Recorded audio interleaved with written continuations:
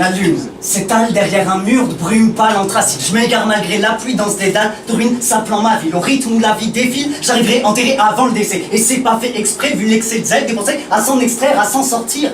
Comment s'offrir, s'attendre au pire, au présent vivre? Est-ce si tentant si depuis 30 ans de vie, y'a t'habites, des liens de tapis gravitent, des attaches lascives tapissent la bise, tellement de raisons de plonger au plus profond pour 1030 tasses à fuir. Mais ne sois pas triste, des fois t'arrives malgré toi à dire des joies faciles. Et le soir parti, l'espoir t'assiste et crois pas suivre ces lois factices. C'est dramatique mais pas tragique si t'as des partages discrets, des tas de pages d'histoire altruistes traduites par des images artistiques. Magique miroir d'âme captive, rivage. Magique miroir d'âme captive, rivage magnifique. Pacifique victoire face à la paralysie physique. La seule vraie réussite, l'euphorie dans l'instant. Même dans la pénurie réside de possibles plantes grimpantes.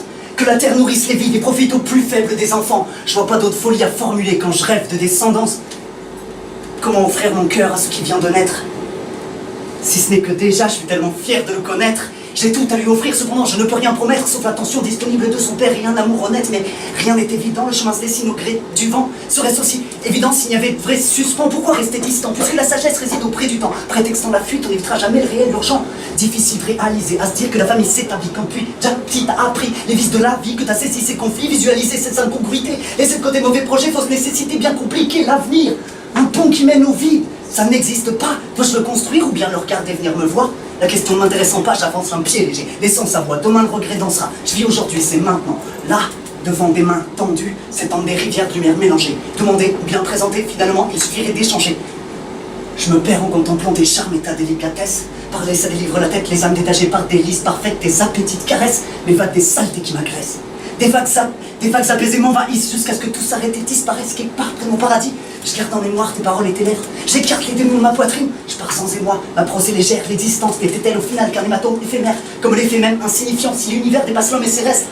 Je voyage avec sérénité dans les ruelles désertes. J'observe au passage les visages épuisés, les silhouettes défaites que l'air nocturne écœurant avale quand il taquine les murs. Une fourmilière de son travail, voilà du siècle obscure architecture, une fois de plus dit.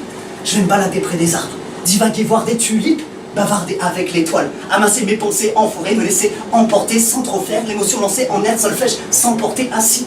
Par terre, je m'emplis des alentours endormis. Je me connecte à tout être qui, à cette heure, sans doute encore vit. La lumière partout m'encercle, me fait vivre une migration, s'anime une vibration. Je laisse venir l'illumination. J'ai perdu connaissance, j'ai effleuré la paix, spiritualité, lucidité fascinée qui dissimule masse d'idées. Bravo!